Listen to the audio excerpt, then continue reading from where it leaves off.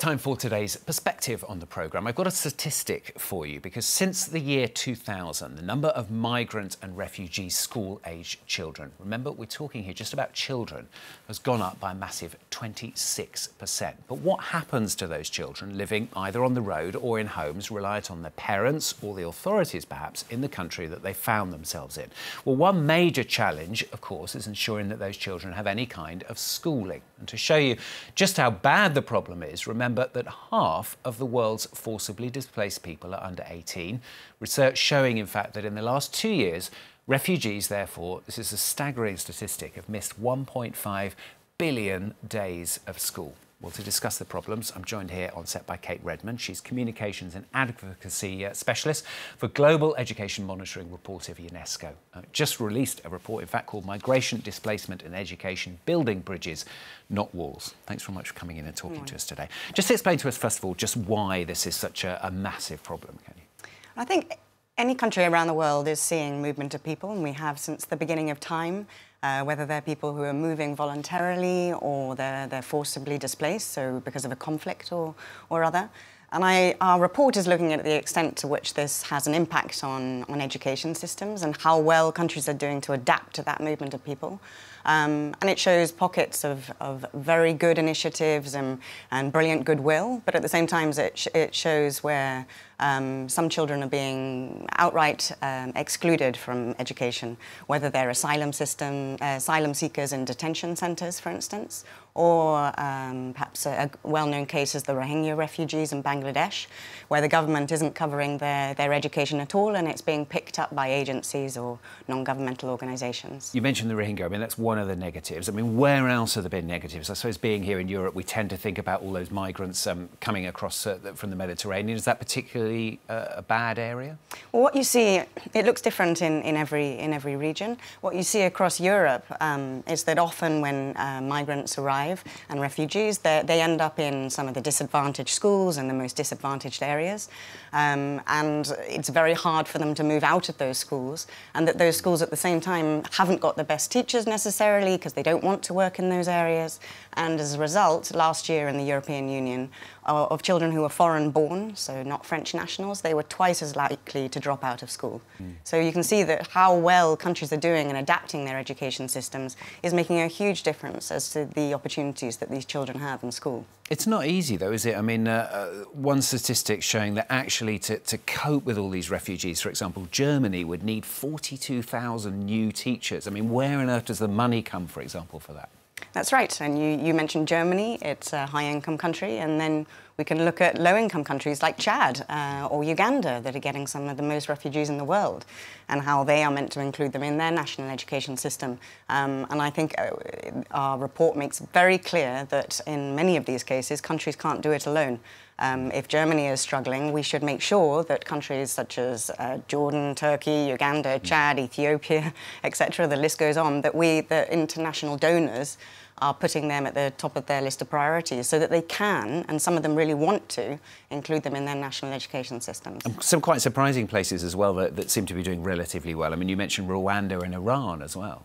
That's right, yes. Iran in 2015, they put out a new directive that meant that children, no matter where they came from, their resident status could go to school.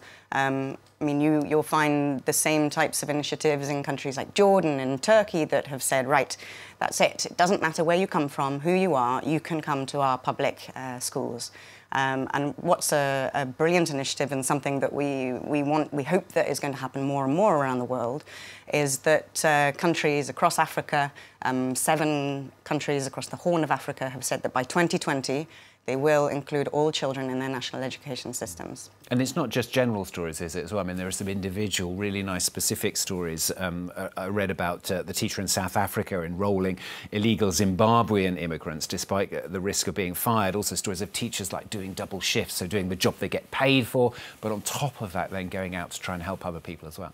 That's right. The story in South Africa, I think, really was amazing, and he was a fantastic person to talk to because he showed that You know, although in South Africa, supposedly all children have the right to go to school, there's an immigration act that's saying that especially children that have come from Zimbabwe, they need to apply for cards, and those cards are taking well over 6 months to come through, which means those children for 6 months aren't going to school. I mean, for a child who's 9, 10, whatever age, 6 months is a very, very long time. And Gary in South Africa was a teacher who took it upon himself to say, I don't agree with this. He said the system is letting them down. So he's allowing them to come in up to, and he faces a personal fine of $25,000 for letting them come. France, how's France doing in all this? France, like many European countries, faces the issue of finding that many of its foreign-born children are being placed in disadvantaged schools. It has tried to address it by saying, OK, children can go to schools in different catchment areas, and maybe that will equal the concentration of immigrant students across different schools. But what they found is that it meant that children from wealthier families ended up applying to go to schools in different areas and actually exacerbated the problem. So what we're saying to France is to look at policies that other countries have attempted. In Italy, they set a quota for the number of immigrant students that could be in any school. In Belgium, for instance, they set up a school lottery system. So it wasn't necessarily the school in your catchment area that you would go to, but it could be across any other as well. Just finally, one last question. I mean, there are people, of course, who say that we shouldn't have migrants from other countries in the first place. How do you sell this idea of going out and paying for those teachers for people who they would say, presumably, don't even belong in those countries in the first place?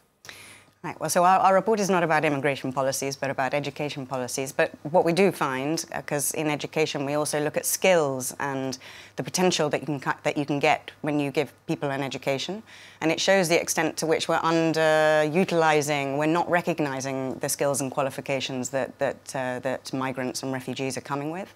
So 1 in 3 migrants in richer countries are overqualified for the job that they're in. So if we could be finding them, if we could be using their potential, making most of it, I think that we would see a lot of benefits. And if people are worried about the cost, think about the impact on tax systems that there would be if we were to be making the most of the skills that they come with. Kate Redman, thanks very much for coming in and talking to us today. That's Kate Redman joining us for today's perspective on the programme. Thanks very much.